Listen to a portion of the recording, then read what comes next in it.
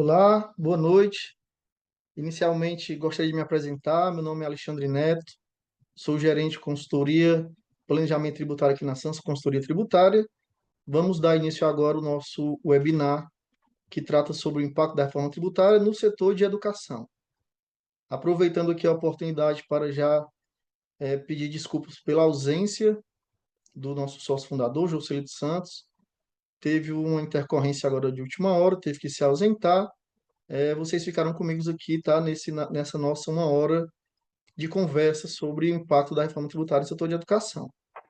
Como já comentei, né, a expectativa aqui é que nós levemos até uma hora nessa discussão. Vou deixar ali 10 minutinhos para o final, tá? Para perguntas, então fiquem à vontade para no final. Vocês podem colocar aqui as perguntas aqui no nosso chat, que o nosso assistente aqui ele vai estar analisando, vai estar me repassando e a gente vai estar discutindo sobre as dúvidas de vocês ao final do nosso encontro, tá? Vocês já estão visualizando aí a nossa apresentação. Inicialmente, gostaria de compartilhar com todos aqui um pouco aqui do nosso grupo, né? Nós somos formados aqui por três empresas. Temos a Atual, que é um escritório voltado especificamente para contabilidade, né? Contabilidade do ramo do setor de educação. Temos a Tributa Academy, que é a nossa empresa, nossa de treinamento, né, onde a gente ministra cursos voltados para contábil, societário e tributário. E temos a Sans Consultoria Tributária, que é um escritório com DNA especificamente voltado para planejamento tributário e compliance fiscal. Então, essas são as nossas empresas, as empresas do grupo. Vamos começar aqui agora a discutir, então, sobre a reforma, né, gente, para o setor de educação. A carga tributária vai aumentar? Coloquei essa pergunta aí de propósito, né, para a gente já começar a levar aqui o nível das nossas conversas. Vocês verão no decorrer da nossa conversa, da nossa apresentação, que sim, poderemos ter um aumento de carga tributária, impacto no fluxo de caixa das empresas do setor de educação, mas também temos meios, ou poderemos buscar meios de remediar tal impacto, né? Então, a discussão nossa hoje não é especificamente voltada para a parte formal, né, da reforma, para a parte geral da reforma. Vamos falar muito especificamente aqui nessa nossa uma hora de impacto para a operação no segmento de educação.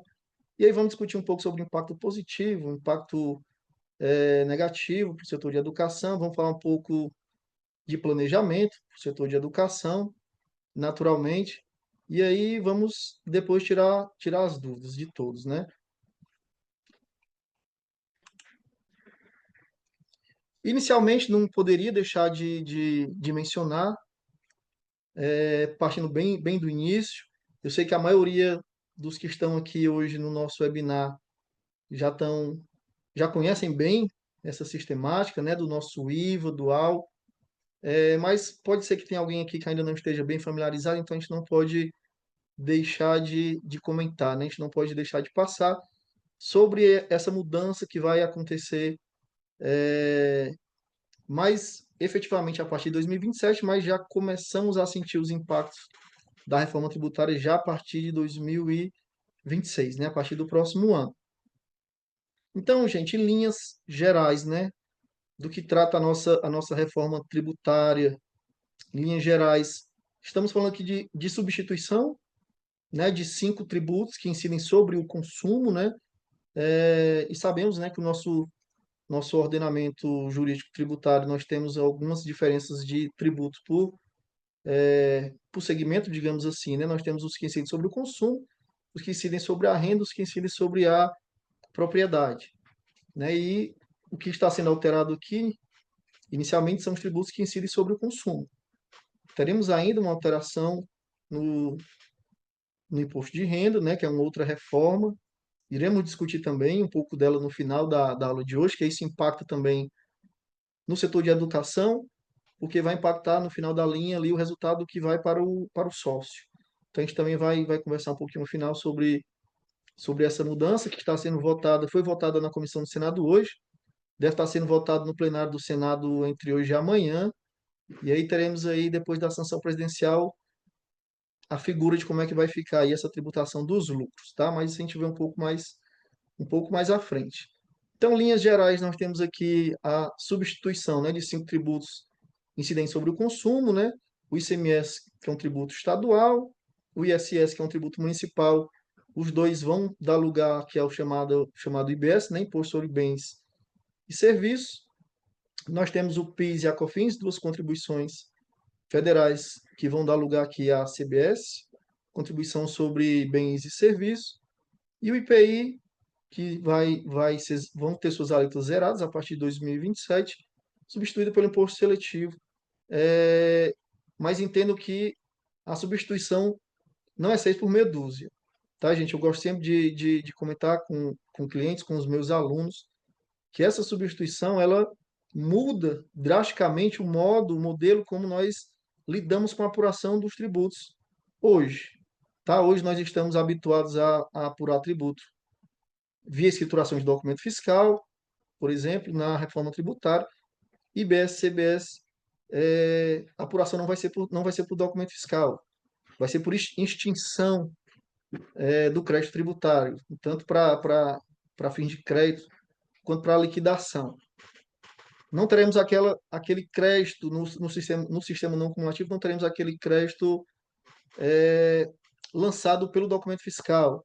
Ou seja, o crédito ele vai surgir para o adquirente só quando o tributo ele for liquidado pelo remetente, né? Ou então, caso seja antecipado nas operações de split payment ou antecipação pelo adquirente.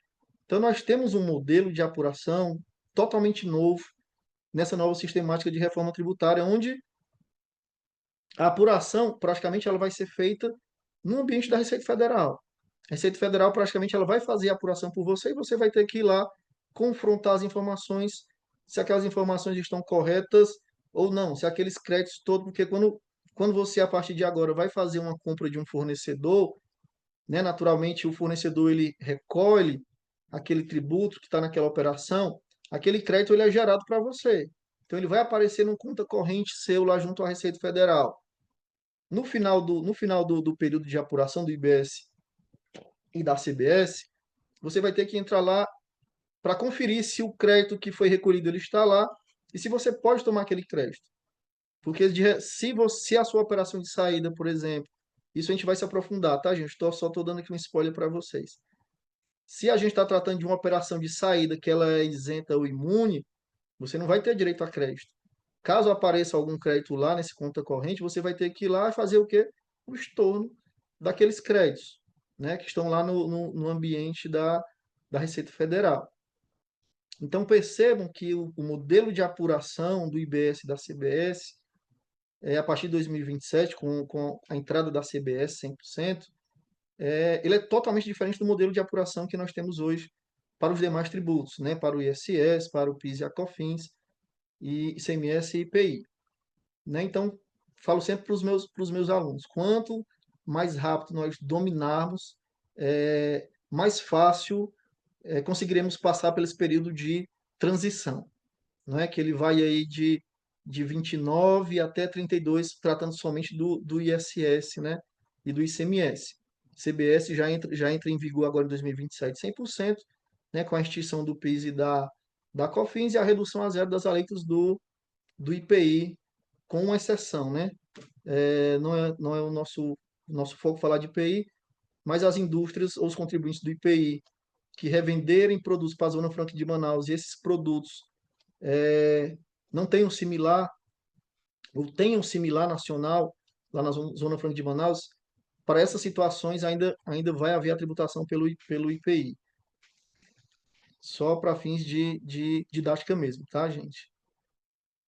Então, coloquei aqui para vocês como uma expectativa, né, gente, de alíquota padrão, uma alíquota de referência de 28%.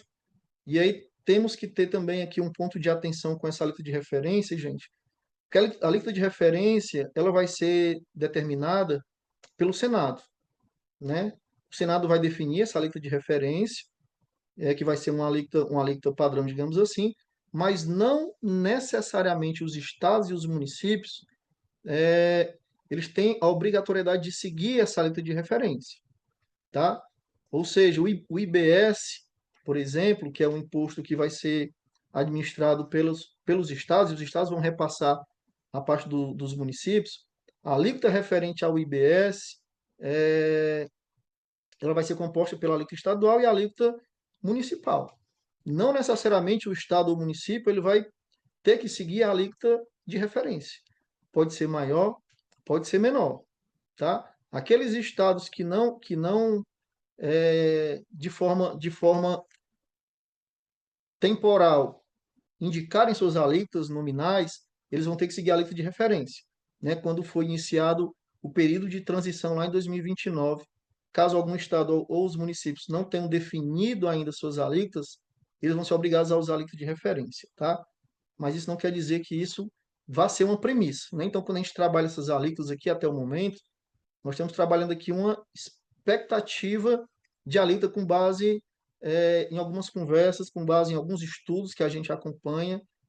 Então, quando se imaginava inicialmente que a alíquota do IBS, né, o nosso IVA do IBS-CBS, seria de 26,5%, mas na aprovação da Lei Complementar 214, tivemos aí a inserção de alguns segmentos dentro daqueles segmentos diferenciados de tributação, como bares e restaurantes, empresas de turismo, que tiveram redução de alíquota do IBS, e não estavam inicialmente essas atividades computadas nesses regimes diferenciados.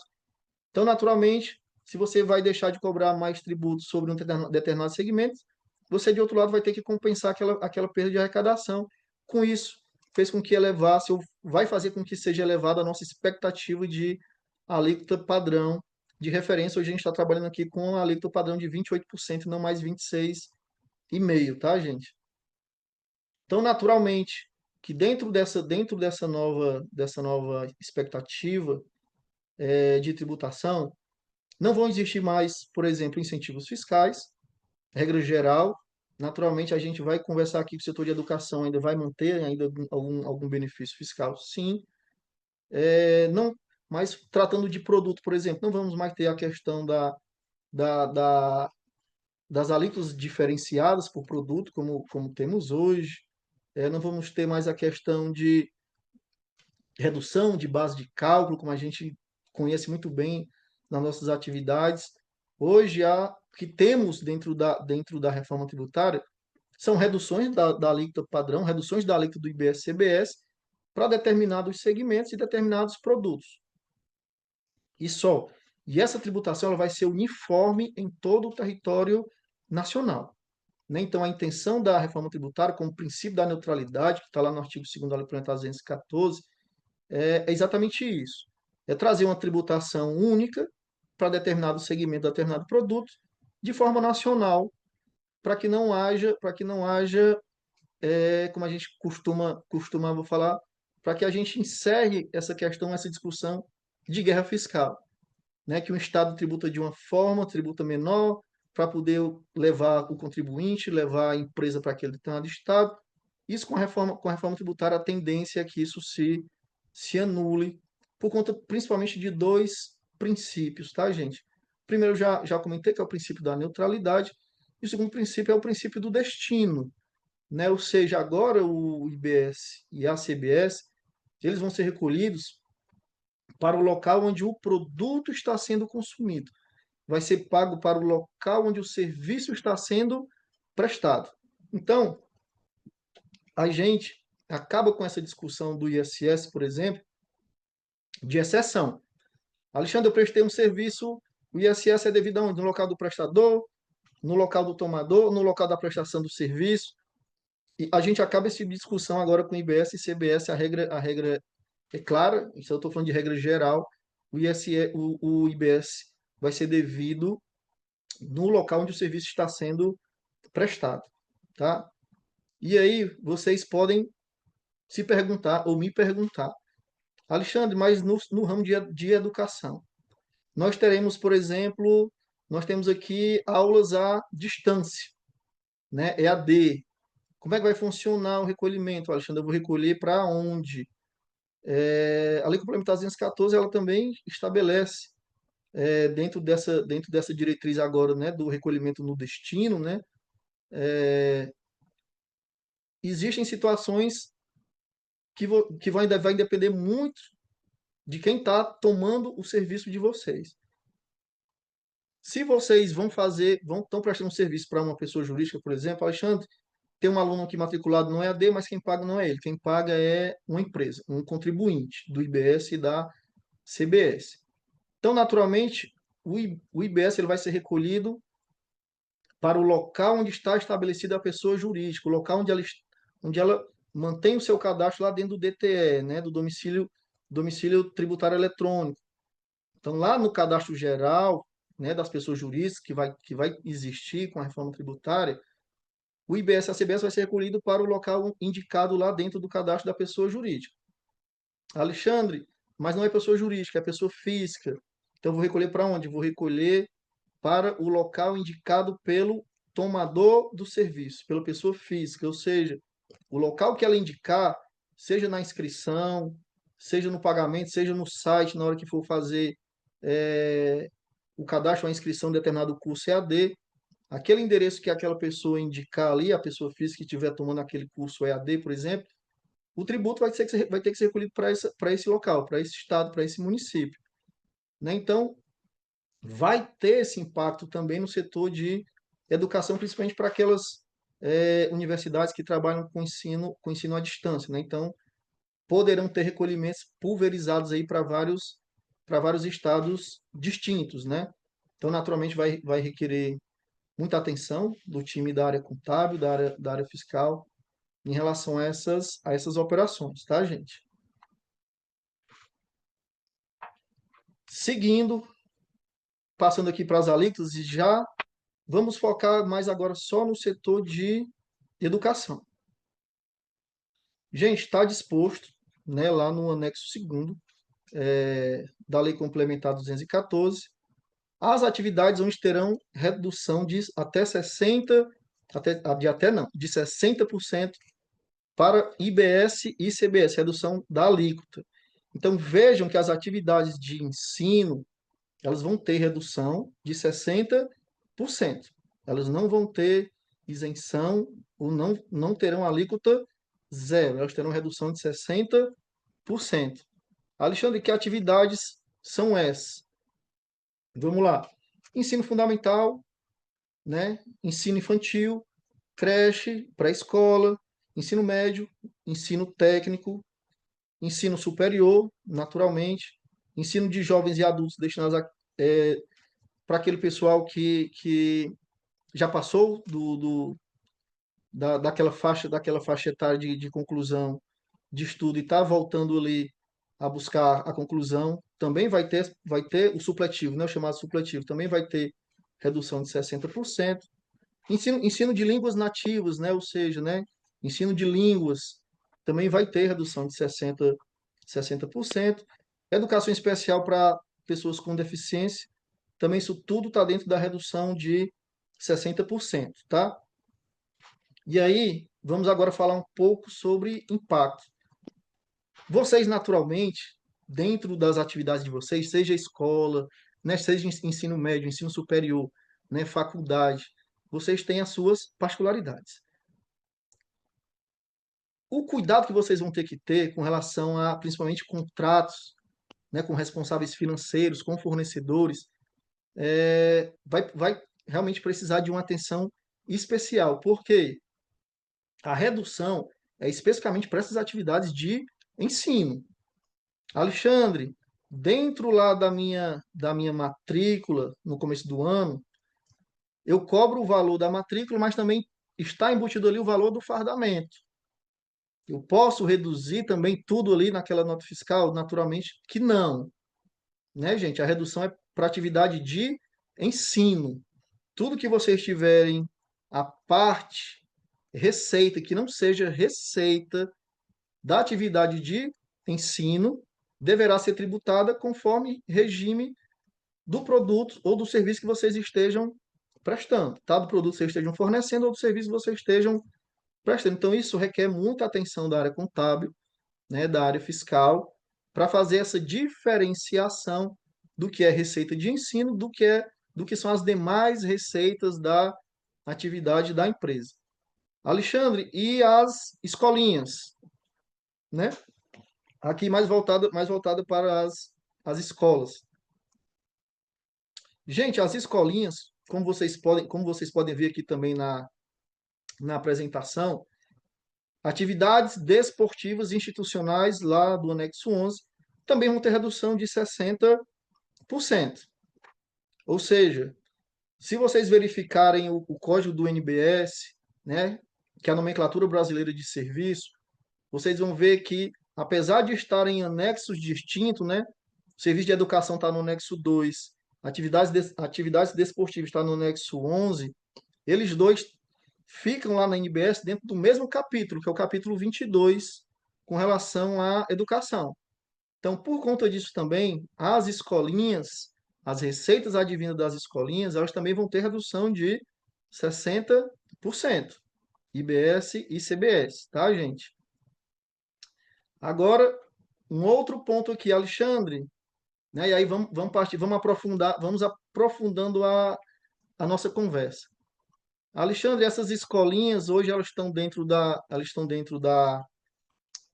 minha atividade, da minha empresa.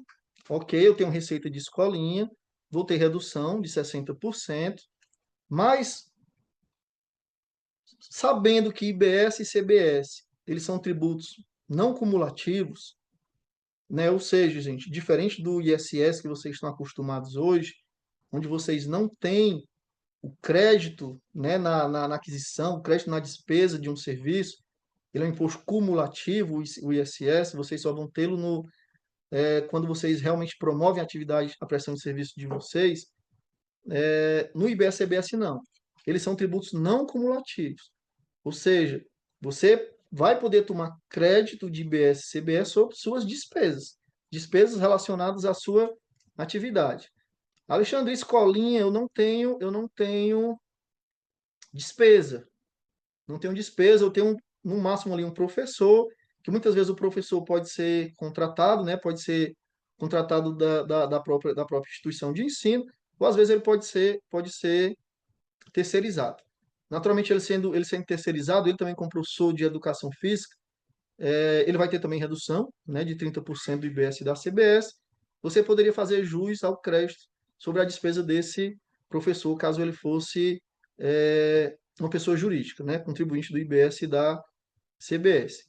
Quando não, ele sendo funcionário da instituição, você não teria direito a crédito na atividade de escolinhas. E aí você pode parar para pensar, Alexandre, mas então se eu terceirizar a minha atividade de escolinhas, né, eu não quero mais fazer porque eu vou pagar IBS, CBS, mas não vou ter crédito de nada. Se eu terceirizar, naturalmente, eu vou ter o direito do crédito, né? Porque agora virou uma despesa e uma despesa que onde você pode manter ali o crédito do IBS e a CBS. Isso funciona? Isso pode, né? E aí, naturalmente, eu vou deixar isso aqui para vocês para conversarmos num outro momento.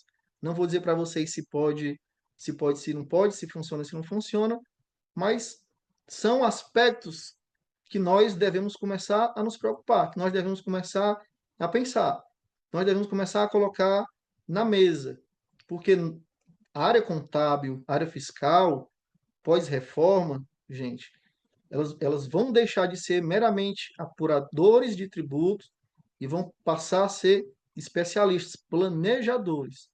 Se vocês não começarem a planejar suas atividades agora, para o período de transição e pós-reforma, com certeza terão dificuldade. A empresa onde vocês operam também terá dificuldade tributária e também de fluxo de caixa nesse período. Então é importante que vocês estejam atentos a todo tipo de oportunidade onde vocês possam reduzir a carga tributária de vocês. Seguindo, agora vamos começar a falar aqui um pouco de impacto, né? Separei para vocês aqui como funciona a sistemática de hoje versus a sistemática do futuro, pós-reforma. Então, hoje temos aqui, no cenário atual, nós temos aqui Quais cargas tributárias? Aqui eu separei só consumo, tá, gente? Não coloquei nada de renda. Nós temos o ISS, e aqui eu coloquei a alíquota máxima, tá? A gente sabe que para atividade de educação, a alíquota pode variar, 2, 3, mas aqui eu coloquei a alíquota de 5, PIS/COFINS, regime cumulativo para o setor de educação, 3,65%, uma carga de 8,65%. Pós-reforma, ou seja, o ISS, ele vai sair de uma alíquota de 5 para talvez aqui a gente está colocando uma alíquota de IBS de 18,7%. Ou seja, teremos um aumento? Sim, teremos um aumento aqui na carga tributária que temos hoje. PIS/COFINS da mesma forma, 3,65, vai ser substituído por uma CBS que imaginamos aqui uma alíquota de 9,3, né, dá os nossos 28% de alíquota padrão. Ou seja, mesmo com atividade incentivada, como eu comentei com vocês agora no slide anterior, a atividade de educação vai ter uma redução da alíquota de 60%, ou seja, quando eu pego meus 28 e multiplico por 40, né, que é a minha base, eu tenho uma alíquota específica de 11,2. Ainda é bem maior do que a alíquota que eu tenho hoje de ISS com PIS/COFINS de 8,65, gente. Então vamos lá, mesmo com a redução, eu ainda tenho um acréscimo de carga tributária de 29,5%. Então, se a gente olhar friamente só para o que está aqui na tela, teremos um aumento de carga tributária de 29,5%. Alexandre, o que é que eu vou fazer? Eu vou repassar isso para os responsáveis financeiros, eles vão arcar, eu vou aumentar o meu custo, né, de mensalidade por conta disso. Gente, vamos lá. A gente está olhando aqui só a conta final. Foi o que eu acabei de falar, foi o que eu acabei de comentar com vocês. IBS e CBS, eles são tributos não cumulativos. Logo, o que vai fazer com que vocês reduzam essa carga de 29,5%? Crédito. Crédito, vocês vão ter que maximizar os créditos nas entradas. Alexandre, o que é que eu posso tomar crédito? Vocês vão poder tomar crédito de toda despesa da atividade de vocês. O que é que diz a Lei Complementar 214? Ela trata do princípio da não cumulatividade plena, né? Que você vai poder tomar crédito de todas as despesas, com exceção daqueles produtos ou despesas de uso pessoal. Né? Ele até cita alguns exemplos na Lei Complementar 214, como bebida alcoólica, como obras de arte, armas e munições, né, que são de usos pessoais das empresas, que não vão poder dar direito a crédito. Na teoria, todo o restante das despesas que você tem na atividade de vocês vai dar direito a crédito de IBS e CBS. Então, o foco de vocês é maximizar essas despesas, maximizar esses produtos, maximizar os créditos sobre esses produtos e essas despesas que vocês adquirem para o negócio de vocês. Aí está o ponto-chave de redução da carga tributária de 29%, que vai ser um aumento, para deixar pelo menos minimamente com a mesma carga que vocês têm hoje. Né? E a reforma tributária ela veio com essa intenção, não foi aumentar a carga tributária. Né? A intenção da reforma é que a gente permaneça no mesmo nível de carga tributária que nós temos hoje. Naturalmente, se nós tivermos um controle de crédito eficiente, nós vamos poder reduzir esse impacto de 29,5%, vamos poder reduzir a zero ou até diminuir a carga tributária nos moldes que nós temos hoje. Né? Então, é essencial que contadores, gestores da área fiscal, né, colaboradores que trabalham nessas duas áreas, agora, a partir de 2027, né, comecem a olhar com mais cuidado ali na DRE de vocês, todas as linhas de despesa, para saber se vocês estão realmente tomando crédito de tudo que está ali naquelas linhas de despesas que são da atividade de vocês, né? Naturalmente, o maior insumo de vocês, né, que é folha, vocês não vão poder tomar o crédito. Mas o que não for folha de pagamento, naturalmente vocês vão poder recorrer aí a essa metodologia para poder reduzir a carga tributária. Como, por exemplo, posso citar aqui alguns exemplos para vocês. Com relação a plano de saúde. Hoje, plano de saúde não gera crédito, né, de ISS, nem de PIS/COFINS. Mas plano de saúde, já as empresas não tomam crédito, mas vai poder tomar crédito sobre despesa de plano de saúde. Vocês não tomam crédito sobre a folha de pagamento, mas vai tomar sobre o plano de saúde dos funcionários que vocês pagam, com relação a isso. Na Lei Complementar 214, ela tem uma peculiaridade nessa questão do plano de saúde, que ela diz que as empresas poderão tomar crédito, sim, de IBS, CBS ou plano de saúde, desde que essa despesa esteja em acordo coletivo, né? Desde que esteja lá no sindicato. Isso, naturalmente, esse texto, ele está sendo alterado agora, né, pela PL 1087, que está sendo votado entre hoje e amanhã no Senado, e pode ser que esse texto ele mude e tire essa obrigatoriedade de tá vinculado a uma celebração de acordo coletivo no sindicato para que vocês possam tomar crédito de BSBS sob folha de pagamento, por exemplo. Mas é uma despesa que vocês vão poder agora tomar, né? Como, por exemplo, despesa de alimentação. O que é que diz a Lei Complementar 214? Se a alimentação for fornecida nas dependências da empresa, né, da escola, da faculdade, universidade, vai sim poder dar direito àquela despesa, vai poder dar direito a crédito de IBS e CBS. Alexandre, mas aqui a gente paga via cartão alimentação. E aí, nesse caso, a Lei Complementar 214, ela também exige que esse benefício ele esteja disposto em acordo coletivo, lá celebrado com o respectivo sindicato, para que você possa tomar o crédito. Então, vocês têm que estarem atentos a essas particularidades, para lá na frente vocês não estarem tomando um crédito indevido, tá, gente? Ou deixando simplesmente de tomar um crédito por não saber que tem essa prerrogativa de ter que ter um acordo coletivo assinado com o sindicato para poder vocês poderem tomar esse tipo de crédito, tá? Mais um exemplo, Alexandre, despesa de viagem. Vamos lá, gente, muito comum, tá? Na maioria das empresas. Então, assim, se a despesa de viagem foi em decorrente da sua atividade operacional, perfeito, ok, direito de crédito do PIS/COFINS, desculpa, direito de crédito do IBS e da CBS. Agora, se essa despesa de viagem for com relação a um bônus. Alexandre, eu tenho um colaborador aqui da minha área comercial, por exemplo, que ele bateu a meta esse mês.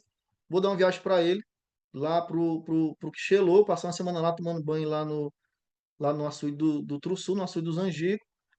Vou poder tomar crédito IBS-CBS? Naturalmente que não. Né? Isso aí não é uma despesa necessária na atividade da empresa. Então, sobre esse tipo de viagem, vocês não vão poder tomar o crédito de IBS-CBS. Mas se for uma atividade vinculada à atividade, se for uma viagem vinculada à atividade da empresa, naturalmente vocês não vão poder também tomar crédito de IBS e CBS.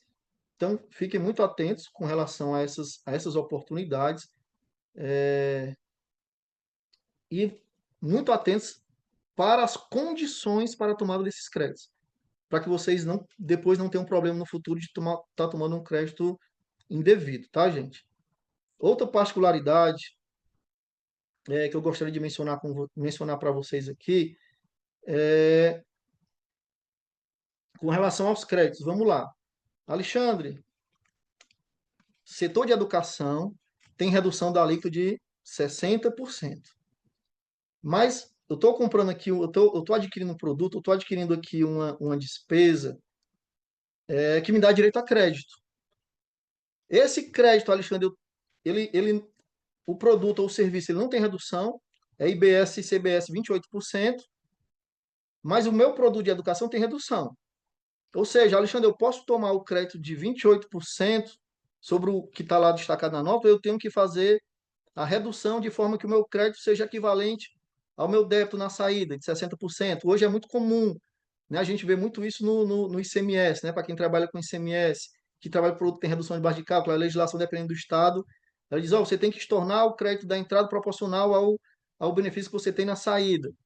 Gente, isso não vai acontecer para vocês no segmento da educação, né? Ou seja, mais uma oportunidade de reduzir essa carga tributária de 29,5% de aumento. Por quê? Vocês vão poder tomar o crédito integral, 28%, tá? E aí, naturalmente, vocês vão ter, no serviço de vocês de educação, vão ter redução de 60%, mas o crédito integral. Então, pode ser, dependendo do planejamento que venha a ser feito, podem ser que vocês venham a ter mais crédito do que débito, né? Aí vai depender de muitas variáveis, tá, gente? Exceções. Alexandre, a minha manutenção do crédito, do jeito que eu estou colocando agora para vocês, tá? Ela é condicionada à minha saída ser com redução ou alíquota zero. Caso a minha saída ela seja de um produto isento ou imune, eu não tenho a manutenção do meu crédito na entrada. Ou seja, Alexandre, eu estou vendendo aqui livro, eu vendo livro, vendo apostila, vendo paradidático, e esses livros, eles são imunes, e vão continuar imunes. Eles são imunes hoje de ICMS, PIS e COFINS, e vão continuar imunes para IBS e CBS. Então, todas as despesas dessa atividade, o crédito ele vai ter que ser estornado. Vocês não vão poder tomar crédito do que for atividade, por exemplo, de venda de livro, paradidático, apostila, porque a saída ela é imune. Alexandre, então faz sentido eu segregar, ou seja, tirar a minha atividade de venda de livro de dentro da minha atividade normal hoje, para eu poder maximizar o máximo de crédito possível. E aí, mais uma vez, gente, eu vou soltando as ideias aqui para vocês, mas são assuntos para tratarmos num outro momento, porque a gente tem que ver se o planejamento ele fica de pé, né? Mas, enfim, deixo para vocês pensarem se valeria a pena tirar essa atividade imune de dentro da atividade de hoje, convencional da empresa, para eu poder ter minha maximização de crédito da minha atividade que é tributada, tá, gente? Então fica aí uma dica de estudo para vocês. Se estiverem dificuldade naturalmente, podem me procurar, que discutiremos bastante sobre esse e outros pontos envolvendo planejamento tributário para o setor de educação. Seguindo, coloquei aqui em número, né? Caso prático. Empresa que fatura aqui em média R$ 100.000 por mês, como é que ficaria na nova sistemática, né, gente? Teríamos aí, em cima do faturamento de R$ 100.000 aqui, um ISS de 5.000, PIS/COFINS 3.150, aqui um valor de 8.000. Dentro da nova sistemática, IBS, CBS 11.200, ou seja, um aumento de R$ 2.500 por mês. R$ 30.000 por ano de aumento de tributo, desembolso financeiro, tá, gente? Como é que isso... Opa, cadê? Pronto. Depois eu volto lá para a gente falar de split, tá? Como é que isso fica no bolso do sócio, gente? Né? Vocês percebam aqui, nessa pequena apuração aqui, bem simples, né, do lucro, vejam quanto isso impacta aqui no resultado do sócio. No nosso exemplo aqui, R$ 6.000, R$ 6.430, né, que o sócio vai deixar de receber, não por conta só do aumento aqui do IBS da CBS, mas também por conta da tributação dos lucros, que a gente vai discutir já já, tá? Mas vamos voltar aqui para esse nosso slide anterior, onde a gente colocou que esse aumento de 2,55% da receita comprometida por conta desse impacto do IBS-CBS. Mais uma vez, repetindo, Alexandre, como é que eu diminuo esse impacto? Maximização de crédito, gente. Maximização de crédito, vocês vão conseguir reduzir esse impacto de 29,5%. Agora vamos lá para um outro aspecto importante que vai impactar o setor de educação bastante, que é o nosso split payment, né? O que é o split payment, gente? Não sei, muita gente já deve conhecer aqui. Para quem não conhece, o split payment é uma forma de antecipação do IBS e da CBS, né, criado pelo fisco, para poder reter aquele dinheiro no momento do pagamento. Ou seja, na hora que eu estiver pagando o meu fornecedor ali, o IBS e a CBS já vão ser retidos pela instituição financeira, vão ser repassados para o fisco, e o meu fornecedor ele vai receber o valor líquido já do IBS e da CBS. Alexandre, onde é que isso impacta no setor de educação? Gente, a princípio, o setor de educação não vai ser impactado diretamente, porque 2027, quando vai entrar em cena aí o split payment, ele só vai existir para operações B2B, na empresa para empresa. A operação B2C, né, para pessoa física, não vai entrar em vigor já em 2027. Ainda vai ter um período de amadurecimento, naturalmente. Eu creio que em 2029 deve entrar também as operações B2C, tá? Mas onde é que isso vai impactar o setor de educação? Hoje, muitas empresas, escolas, faculdades, elas operam da seguinte forma: Alexandre, eu não recolho meus tributos pela competência, né? Ou seja, eu tenho que emitir tantas notas para os responsáveis financeiros naquele mês, eu não vou emitir. Eu só vou emitir as notas do que eu realmente tenho recebido de mensalidade. Então, eu vou trabalhar no regime de caixa e não no regime de competência, né? Então, algumas, algumas instituições operam dessa forma e aí conseguem trabalhar essa questão tributária, conseguem trabalhar o imposto. Com o split, isso vai cair totalmente por terra. Por quê? Na hora que o pai, ou o responsável financeiro, fizer o pagamento ali da mensalidade, já vai ser splitado. A escola, a faculdade já vai receber o valor líquido, né? Então, independe se ele vai controlar por caixa ou competência, o valor já vai ser retido do IBS e da CBS. Então, as escolas não terão mais esse dinheiro, o dinheiro do imposto para trabalhar para o planejamento tributário, né? Então, o split ele vai ser muito impactante para essas operações. Vai impactar muito o fluxo de caixa das escolas que trabalham com tributo para financiarem as suas atividades, né? Já que o tributo ele é só pago no mês seguinte, agora já vai ter aquela retenção de imediato, então o fluxo de caixa vai ser bem impactado por conta do split payment. E aí, naturalmente, uma vez que vocês não terão mais esse mecanismo de trabalho, esse impacto no fluxo de caixa, vocês vão ter que recompor. E essa recomposição financeira do fluxo de caixa vai vir via aumento de mensalidade. Isso tem que ser colocado na mesa hoje, né? É, se vier via aumento de mensalidade, eu vou conseguir concorrer com os meus pares aqui na região que eu estiver. Então, isso tudo tem que ser colocado, tem que ser pensado, gente, já agora, 2026, né? Que ainda é um ano de teste para IBS e CBS. Naturalmente, 2026 agora, a única obrigatoriedade que nós temos é de informar IBS e CBS nos documentos fiscais, né? Não só IBS e CBS, mas temos que implementar os campos obrigatórios, que estão lá na nota técnica número 1 e número 2 da nossa eletrônica. Nós temos que implementar esses campos obrigatórios para que nós não recolhamos o IBS e a CBS a 1%, né? Que são as alíquotas teste para 2026. As empresas do Simples estão fora desse recolhimento de IBS, CBS e alíquota teste de 1%. As empresas do Simples só vão entrar mesmo em 2027, mas elas já têm que destacar, sim, nas notas fiscais IBS e CBS, tá? Alexandre, mas as notas fiscais de serviço ainda nós não temos ainda o layout do XML.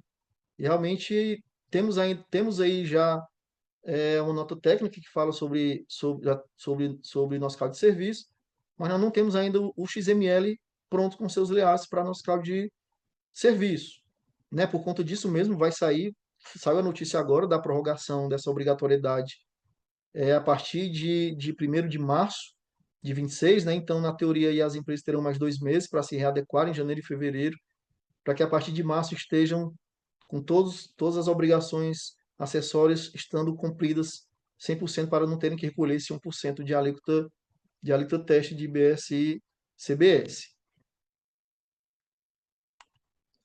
Ok? Seguindo, e aí agora vamos para o impacto no sócio, né, gente? De acordo com a PL 1087, está sendo votado aqui de hoje para amanhã, o relator, né, da PL já havia dado entrevista dizendo que não ia alterar muito o texto, para que não precisasse a mesma voltar para a Câmara dos Deputados. Então, temos mais ou menos uma noção de como é que ela vai ser aprovada, né? Ou seja, no exemplo que eu coloquei para vocês aqui, né, muito, muito, muito sucinto, nós temos aí um impacto no lucro, tanto pelo aumento da carga tributária com o IBS e CBS, como também pelo impacto da distribuição dos dividendos, né? Ou seja, regra geral, a partir de janeiro, né, se for sancionado a lei pelo presidente até dezembro, já começa a valer em janeiro. Então, toda distribuição de lucro acima de R$ 50.000, a partir de janeiro, terá incidência de 10% de imposto de renda, imposto de renda mínimo, né? Que agora vai ser criado com essa nomenclatura. Então, Alexandre, recebi R$ 60.000 de dividendos em janeiro de 26. 10% que vai ser retido pela fonte pagadora, né? Naturalmente, a fonte pagadora vai fazer a retenção e você vai receber aí menos 6.000 dos 60. Você vai receber aí R$ 54.000 de dividendos, 6.000 vão ficar retidos para que você apure aí na sua declaração de ajuste anual do ano seguinte, né? Alexandre, quer dizer que eu vou ter esse custo? Não necessariamente o sócio vai ter esse custo. Porque o que é que diz a PL?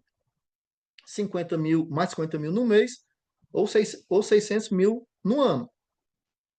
Então, se você tiver recebido um mês 60.000 e nos demais meses menos do que 50.000, ou seja, no ano, meses você recebeu mais, meses você recebeu menos, e no ano você não atingiu os 600.000, na sua declaração de ajuste anual do ano seguinte, você vai colocar lá aquelas retenções e aquele dinheiro provavelmente ele vai ser restituído para você aquela retenção, né? Então, são os cuidados que teremos que ter a partir do próximo ano. Também cabe muito planejamento, né? Já estamos fazendo muito planejamento aqui por conta disso. E ontem mesmo me perguntaram, um cliente, Alexandre, mas as empresas do Simples vão ficar de fora, né? E a gente sabe que a maioria das escolas são do Simples Nacional, né? As empresas do Simples Nacional que distribuírem lucro estão fora. Não, negativo. Falei para ele, negativo. É CNPJ. Então, independente da empresa ser do Simples, real, presumido, distribuiu para o sócio mais de R$ 50.000, vai ter que fazer a retenção do imposto mínimo, né? Então, também, muita atenção com relação a esses pagamentos a partir do próximo ano. Ok? Cronograma da reforma, né? Então, estamos praticamente no ano teste, né? Próximo ano 26. Já conversamos sobre a alíquota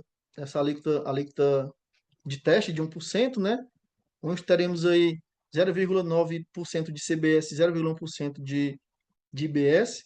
Naturalmente, aquelas empresas que precisarem recolher esse 1% no próximo ano, elas vão poder compensar com PIS e COFINS. Não vai ser custo, né? Em 2026 não vai ser custo esse 1%, não vai ser despesa para instituições de ensino, vão poder compensar com PIS e COFINS. Alexandre, mas eu não pago PIS e COFINS, eu tenho sempre saldo credor de PIS e COFINS. Então, vocês vão poder solicitar o ressarcimento, né, do IBS e da CBS. Então, outro ponto importante para a gente comentar sobre a questão do ressarcimento. Como é que vai funcionar o ressarcimento para IBS e CBS? Né? O que é que diz a Lei Complementar 214? Para aquelas empresas, gente, aquelas empresas que tenham acompanhamento, né? Deixa só eu. Acompanhamento sejam. Pronto. Para as empresas que estejam em algum programa de conformidade, né? Algum programa de conformidade junto à Receita Federal, elas vão poder ter o seu IBS e o seu CBS ressarcidos em até 30 dias. Né? Então, empresas que estejam em projeto de conformidade vão poder antecipar, ou seja, o ressarcimento ele vai sair mais rápido.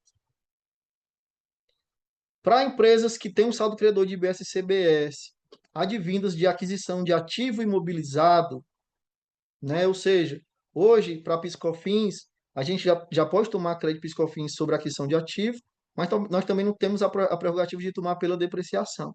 E o ICMS, hoje nós temos o controle do ativo imobilizado, o SIAP. Nós tomamos dividindo por 5 anos ali o crédito de ICMS sobre o ativo imobilizado. E BSCBS não, você vai poder tomar direto o crédito sobre a aquisição do ativo. Então, dependendo do valor do seu ativo imobilizado, naquela competência, o crédito pode ser muito alto. E você vai ter um crédito maior do que o seu débito, por exemplo. E aí você pode escolher. Ou você pode guardar aquele crédito para usar em períodos subsequentes, ou você pode pedir o ressarcimento. Naturalmente, se você tiver em algum desses programas de conformidade do governo, o ressarcimento vai sair em até 30 dias. Se não for por conta disso, mas for por conta do ativo imobilizado, o ressarcimento ele sai até em 60 dias. E se o saldo credor que você tem de IBS-CBS não tiver nada a ver com ativo imobilizado e você não estiver em nenhum programa de conformidade, o prazo normal é de 180 dias. Então, Alexandre, será que vale a pena eu pedir ressarcimento se eu não estou enquadrado em nenhuma dessas duas primeiras condições? Eu acho que não. Se você é uma empresa que geralmente dá IBS-CBS a pagar, mas que só naquela competência você teve um saldo credor, então é mais importante que você mantenha esse saldo para compensar nos meses seguintes do que esperar 180 dias para poder ter esse dinheiro ressarcido, né? Então, só abrindo um parênteses aqui para falar de ressarcimento de IBS e CBS. E das faculdades, não comentei sobre as faculdades. Também é um ponto importante. As faculdades que têm o ProUni, né, o incentivo, o benefício do ProUni, vai permanecer, né, o ProUni para a CBS, né, já que o ProUni ele trata de benefícios para tributos federais, naturalmente, sendo o IBS o imposto de competência estadual, não poderia entrar dentro do benefício do ProUni, mas a CBS ela vai entrar. E a legislação, a Lei Complementar 214, ela diz que vão ficar reduzidas, vai ficar reduzida a zero a alíquota da CBS para empresas que participam do ProUni. Ou seja, mais uma oportunidade, né, gente? Porque se a legislação ela trata o ProUni como isenção, vocês não poderiam ter o direito aos créditos das suas despesas, seus produtos da atividade. Só que a legislação ela reduziu a zero a alíquota da CBS. Como é redução a zero, vocês permanecem com direito de crédito sobre as despesas nas aquisições, tá? Então, também uma grande oportunidade para as faculdades que detêm esse benefício do ProUni para reduzir a sua carga tributária, né? Não vai pagar a CBS, ainda vai manter os créditos CBS na aquisição de despesas e produtos. E aí, possivelmente, para essas faculdades, aí sim, vai ter que ter o pedido de ressarcimento, né? Porque você vai ter um saldo credor de CBS. E a CBS ela não pode ser compensada com IBS. CBS só pode ser compensado com CBS. Então, se você não tem CBS nas suas saídas, nas suas prestações de serviço, você vai ter um saldo credor de CBS que vai ter que partir para o pedido de ressarcimento, tá? Só também pegando aqui o gancho da quem está falando de ressarcimento, importante falarmos também sobre isso. Riscos, já falamos, né, gente? Alexandre, o que é que a reforma tributária pode trazer de risco para a minha operação?